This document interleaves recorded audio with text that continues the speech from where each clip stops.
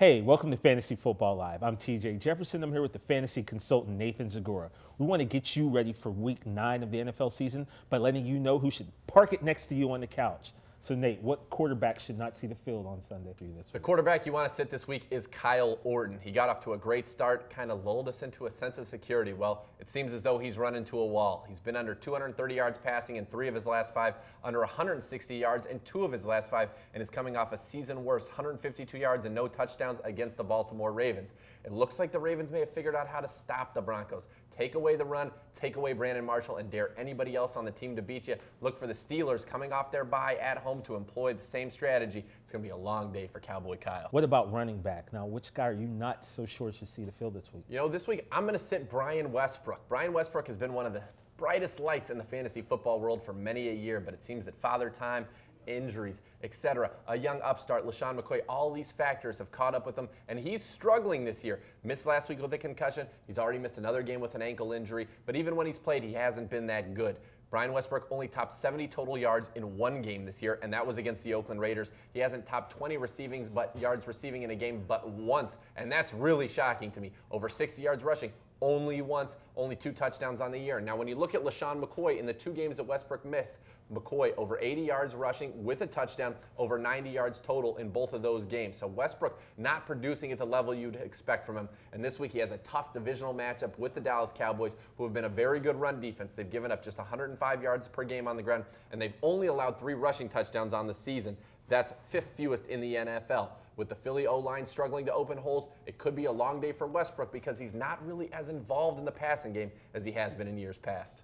As a Dallas Cowboy fan, though, I will say this. Westbrook traditionally has gone off against us. He has. So I'd be a little wary about sitting him, but that's just how I feel. And also, with LeSean McCoy, he only had 20 yards rushing until he broke off for that 60-plus yard touchdown run. Totally agreed. And that's kind of what I'm talking about as far as, you know, the offensive line having issues opening holes. There are 2 runs that they had good runs. Weaver was a 40-yard touchdown, and McCoy went 60 yards. Other than that, they really didn't run the ball effectively. Good point. Now, you also have one other guy that you're not so sure about this week. You know, B.E. Wells, lots of hype about him. But look, it's Tim Hightower's team. He gets the goal line carries. He splits carries pretty evenly with Wells. Even if Wells takes a few more, it doesn't matter because Hightower gets the 3rd down work and the all-important scoring carries. So I'm going to go ahead and sit Chris Wells this week against Chicago Bears team that's only allowed 1 running back to top 70 yards against them since week 3. And Hightower, of course, is heavily targeted out of the backfield. Number 1 in the NFL among running backs with 7 targets a game. You got to like that.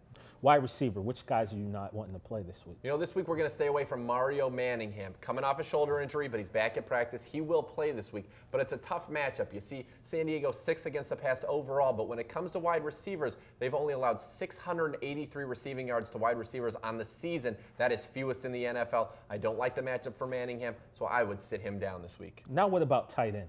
You know, tight end, I know the position's thinned out. You got some guys on bye this week with Zach Miller and Dustin Keller. You've also been without Owen Daniels, and you're without Chris Cooley due to injury. I would sit Heath Miller. The Denver Broncos have allowed a league low 192 yards to tight ends this season. That's less than 25 yards a game. I would sit him down against the Denver Broncos. Tough matchup. They've also only allowed 1 touchdown to opposing tight ends, 2nd fewest in the league, so I just don't like it. Heath Miller, fine player, an excellent start more often than not, but this week he's got one of the toughest matchups at that position.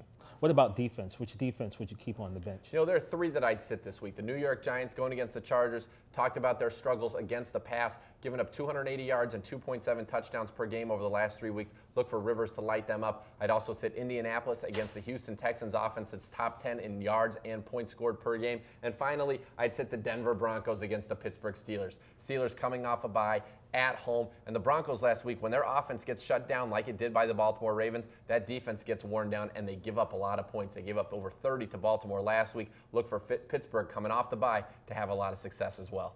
Pittsburgh, they get busy on Monday night. They get jiggy with it. They gets theirs. They gets theirs. Too jiggy. Well, there you have it. Those are our top sits for week 9. For the fantasy consultant Nate Zagora, I'm TJ Jefferson. Good luck, and we'll see you next week on Fantasy Football Live.